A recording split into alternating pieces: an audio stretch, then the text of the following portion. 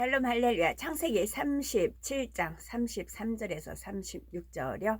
아버지가 그것을 알아보고 이르되 내 아들의 옷이라. 악한 짐승이 그를 잡아 먹었도다. 요셉이 분명히 찢겼도다 하고 자기 옷을 찢고 굵은 배로 허리를 묶고 오래도록 그의 아들을 위하여 애통하니 그의 모든 자녀가 위로하되 그가 그 위로를 받지 아니하여 이르되 내가 슬퍼하며 수올로 내려가 아들에게로 가리라 하고 그의 아버지가 그를 위하여 울었더라.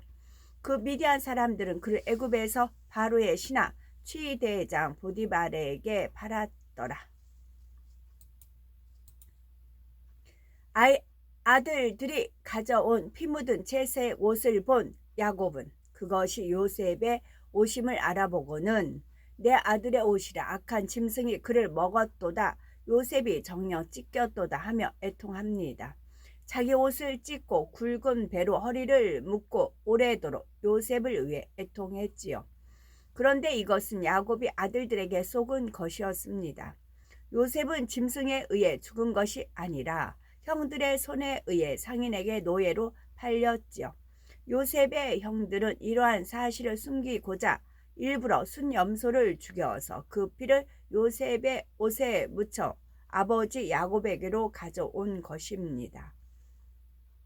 이렇게 함으로써 야곱으로 하여금 요셉이 짐승들에 의해 죽임 당한 것처럼 스스로가 생각도록 만들었던 것이지요. 이 속임수에 야곱은 넘어간 것이고요. 그처럼 지혜 있고 꽤 많은 야곱이었지만 이번에는 아들들에게 보기 좋게 쏟고 말았습니다. 그러나 이런 상황에서 야곱이 감정을 절제하고 조금만 침착하게 사건의 정황을 살폈다면 아들들에게 쏟지 않을 수도 있었지요.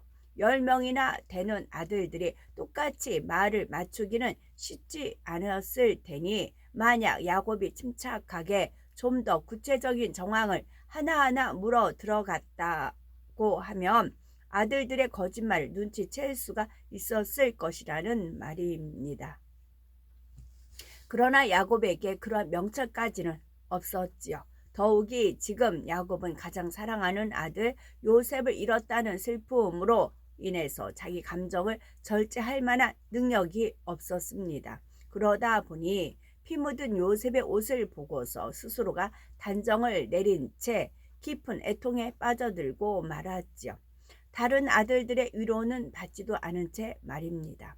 그러니 야곱의 아들들은 이처럼 끝까지 아버지 야곱이 요셉을 편애하는 것을 보면서 자신들이 요셉에게 행한 일로 인해 양심의 가책을 느끼기보다는 오히려 잘했다라는 생각마저 들게 되지요. 또한 야곱은 지금 요즘 표현으로 하자면 나 죽겠다는 말까지 하고 있습니다. 물론 가장 사랑하던 아내 라헬을 잃고 그 사랑을 대신 쏟아 부었던 요셉마저 잃었다고 생각했을 때 그가 얼마나 슬펐는지는 이해가 되지요. 이 세상에서는 더 이상 소망도 없고 삶의 낙도 없어진 것과 같기 때문입니다. 하지만 이것은 어디까지나 육적인 면에서 그의 마음이 이해가 간다는 말이죠. 영적으로 봤을 때 야곱의 고백은 너무나 믿음이 부족한 것이었습니다. 하나님께서 야곱에게 주신 꿈과 비전은 실로 크고 놀라운 것이지요. 장차 이스라엘을 민족을 이루기 위해 기초를 다지는 중요한 사명이었습니다. 그런데 지금 이러한 야곱의 사명이 끝난 것이 아니라 오히려 한창 진행이 되고 있는 상황이었지요. 그럼에도 야곱은 지금 아들을 잃은 슬픔으로 인해 그와 같이 중요한 사명마저 뒷전으로 한 채 요셉을 따라 나도 죽겠다고 말하고 있으니 어찌 그의 믿음이 온전하다 하겠습니까? 야곱이 비록 야복강에서 철저히 깨어지고 난 후 이전과 비교해서 많은 변화가 있었다고 하지만 이처럼 아직 부족한 모습들이 나오고 있지요. 평상시에는 가려워져 있었다 해도 가장 사랑하는 아들 요셉을 잃는 상황, 즉 가장 힘든 상황이 되자 이처럼 자신의 신앙이 그대로 드러나고 있었던 것입니다. 그러나 아브라함의 신앙은 전혀 달랐지요. 먼저 아브라함은 하나님의 일과 자신의 개인적인 일과의 구분을 확실히 했고 그러면서 늘 하나님의 일이 우선이었습니다. 아브라함은 이삭을 낳기 전에 이미 사라의 여종 하갈을 통해 이스마엘이라는 아들을 얻었지요. 그리고 아브라함은 이스마엘이나 이삭과 차별 없이 똑같은 사랑을 주었습니다. 하지만 하나님의 섭리는 오직 이삭을 통해 이루어진다는 것을 알았지요. 그리고 이러한 하나님의 섭리를 이루기 위해서는 이스마엘이 이삭의 곁에서 떠나야 한다는 것도 알았습니다. 그랬을 때 아브라함은 육으로 생각하면 참으로 힘든 결정을 내리지요. 하갈과 이스마엘을 정처 없이 떠나보낸 것입니다. 하나님의 섭리를 이루기 위해서라면 육적인 정에 얽매이지 않고 단호히 하나님의 뜻을 따랐던 것이지요. 또한 하나님께서 아브라함에게 이삭을 번제로 드리라 하셨을 때도 아브라함은 결코 육적인 정이나 욕심 또는 사사로운 감정에 치우치지 않았습니다. 이는 결코 아브라함에게 정이 없거나 그가 가족을 사랑하지 않아서가 아니지요. 누구보다도 정이 많고 사랑이 많았지만 그것과 하나님의 뜻을 이루는 것과는 전혀 별개였다는 말입니다. 그러한 정과 사랑으로 인해 혹여라도 하나님의 일을 이룸에 있어서 조금의 지장도 되지 않았다는 말이지요. 이처럼 아브라함은 자신의 개인적인 일과 하나님의 일을 정확히 구분했고 그러면서 늘 하나님이 가장 우선이요 하나님의 뜻이 먼저였던 것입니다. 물론 우리가 영으로 들어가면 개인적인 일이라는 것은 없습니다. 그 삶 자체가 온전히 주 안에서 드려지기에 입으나 먹으나 마시나 오직 하나님의 영광만을 위하게 되지요. 하지만 굳이 자기 개인에 관련된 일과 하나님의 나라에 관련된 일을 구분하고자 했을 때 아브라함의 경우는 그 구분이 늘 분명했고 그러면서도 언제나 하나님의 일과 뜻이 우선이 되었다는 말입니다. 그것은 바로 갈라디아서 5장 24절에 그리스도 예수의 사람들은 육체와 함께 그 정과 욕심을 십자가에 못 박았느니라는 말씀과 같이 육적인 정과 욕심을 철저히 끊어버렸기 때문입니다. 내 가족이라고 해서 나와 혈연 관계라 해서 나와 친하다고 해서 내가 좋아한다고 해서 바로 이러한 것들이 없어야 합니다. 그래서 하나님의 일 앞에서는 결코 사심이나 육적인 감정 또는 정이 개입되어서는 안 되지요. 믿음이 있고 하나님을 사랑하는 사람이라면 내 가족보다도 믿음의 형제 자매를 더 생각하고 위해 주어야 합니다. 그렇다 하여 육의 가족들에게는 잘해주면 안 된다거나 소홀히 해도 된다는 의미가 아니라 가족이라 해서 육으로 치우치는 일이 없어야 하며 가족이라 하여 우선되어서는 안 된다는 말입니다. 특히 주의 종이나 양떼를 맡은 사명자라고 하면 당연히 가족보다도 양떼를 먼저 생각하고 마음 써야 하는 것이죠. 하나님이 첫째고 하나님의 뜻, 하나님의 일, 하나님의 나라가 늘 먼저고 우선이어야 된다는 말씀이고 아브라함도 바로 이런 마음이었기에 하나님의 뜻과 섭리 앞에서는 자신의 개인적인 것이나 육적인 관계성을 철저히 배제할 수가 있었다는 사실입니다. 그런데 야곱은 그렇지를 못했기에 육의 아들의 죽음으로 인해 이처럼 자신의 사명이나 하나님의 일보다는 자기 슬픔과 감정이 앞서 나오고 있었던 것이죠. 다음으로 아브라함의 신앙은 어떤 상황에서도 자신이 지고 가는 짐이 무겁다 하여 그것을 벗어보겠다는 마음은 결코 갖지 않았습니다. 아브라함에게는 하나님께서 주신 언약의 말씀들이 있었지요. 내가 너로 큰 민족을 이루고 네게 복을 주어 네 이름을 창대케 하리니 너는 복의 근원이 될지라 하신 것입니다. 그런데 이 말씀은 언약의 말씀임과 동시에 아브라함에게 있어서는 보장해서 이루어 드려야 할 사명이었지요. 공의의 법칙상 이 언약의 말씀이 그냥 쉽게 이루어질 수 있는 것이 아니기에 이 말씀을 이루기 위해서는 아브라함 자신이 감당해야 할 앞으로의 과정들이 있음을 알았습니다. 아브라함도 하나님의 말씀을 보장하여 이루어 드리기 위해 자신이 지고 가야 할 십자가가 있었던 것이죠. 그리고 그 십자가는 육으로 생각할 때 참으로 크고 무거운 것이었습니다. 자신에게 주어진 사명이 없었다면 아브라함은 굳이 이스마엘을 집에서 내어 보내지 않아도 되었지요. 이삭을 번제로 드리라는 시험을 통과해야 할 필요도 없었지요. 사라가 죽은 후 새로 얻은 아내 구두라를 통해 낳은 6명의 아들들을 독립시켜서 멀리 동방으로 보낼 필요도 없었고요.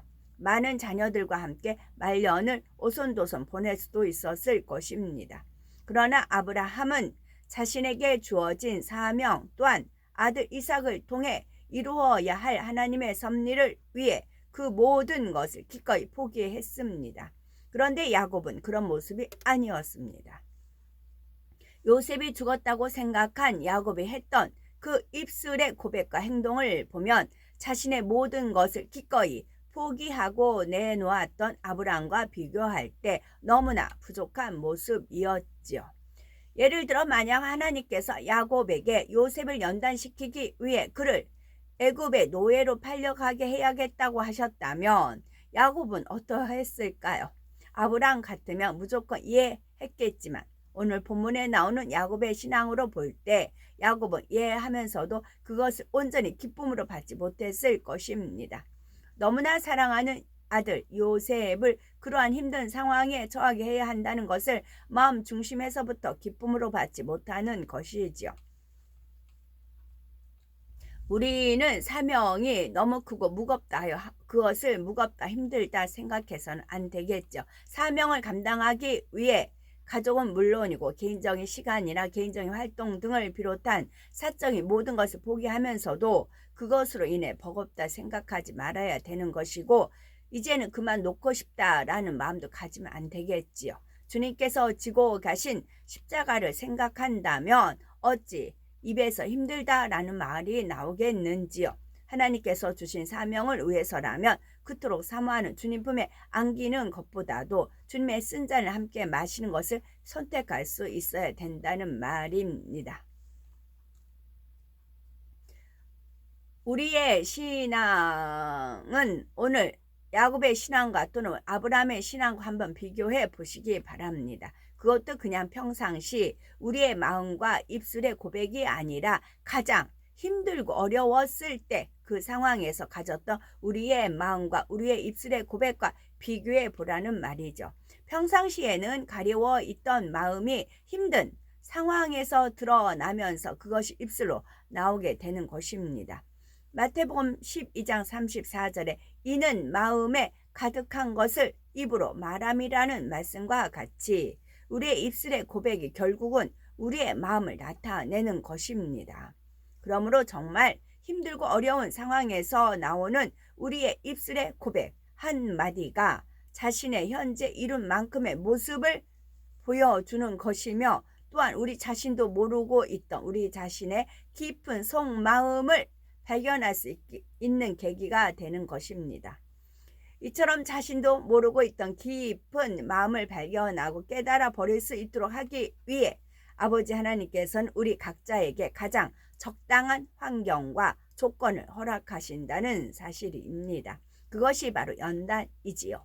연단이 없이는 자신을 발견할 수가 없기에 우리가 영으로 온 영으로 들어오기 위해서는 반드시 거기에 맞는 연단의 과정들을 거치며 통과해 나와야 합니다. 그런데 관건은 그 주어진 연단을 얼마나 신속히 통과하느냐입니다.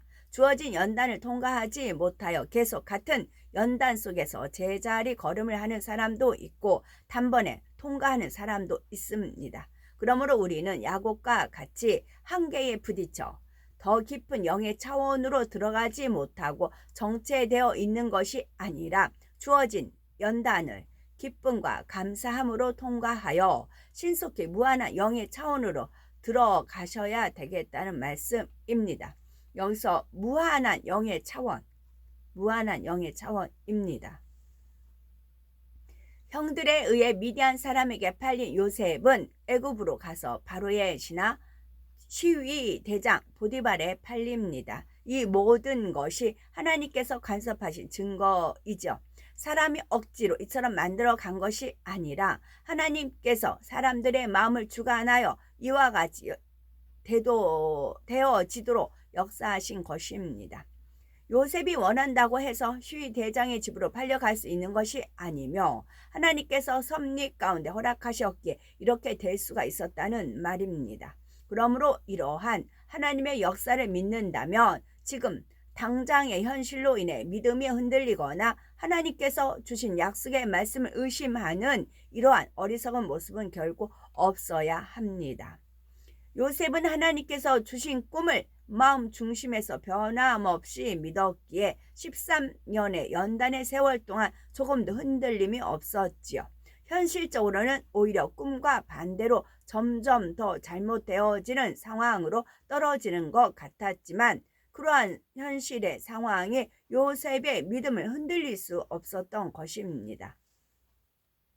그런데 반대로 어떤 사람들은 하나님께서 축복의 말씀을 주셨음에도 현실만을 보았기 때문에 믿음이 흔들려 의심하고 결국 입술로 불평을 내어 놓음으로 주신 복을 차버리는 경우도 있습니다. 그러므로 우리는 모든 것을 주관하시는 하나님, 말씀하신 바를 신실하게 이루시는 하나님을 마음 중심에서 온전히 믿고 맡겨드림으로 하나님의 말씀에 대한 조금의 의심이나 조금의 오해도 없어야 합니다. 그럴 때 하나님께서는 요셉을 인도하신과 같이 친히 우리의 삶의 인도자가 되어 주실 것입니다.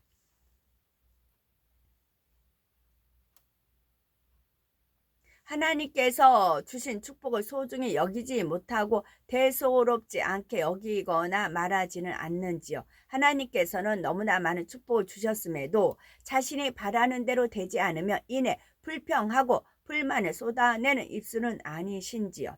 현실을 바라봄으로 믿음 없는 고백을 하거나 의심하는 말을 내지는 않으시는지요. 맡겨진 사명을 감당함에 있어서 때로는 힘들고 버겁다 하며 하나님을 서운케 하는 말을 한 적은 없으신지요. 우리는 육적인 정과 욕심에 이끌려 하나님의 일이 먼저가 아니라 오히려 뒤로 한 적은 없었는지 스스로 한번 돌아보셔야 되겠고, 하나님의 일보다는 내 일이 먼저요, 내 가족의 일이 먼저였다면 이 역시 하나님을 서운케 하는 것입니다.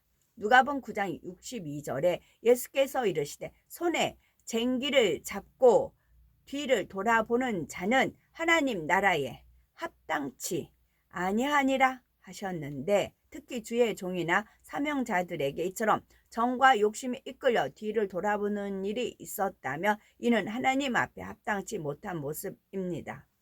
또한 사사로운 개인의 일과 하나님의 일을 구분 못하여 하나님의 나라에 손해를 끼친다거나 하나님 앞에 돌려져야 할 것을 자신에게 돌린 것이 있었다면 이것에 대해서도 철저히 회개해야 합니다.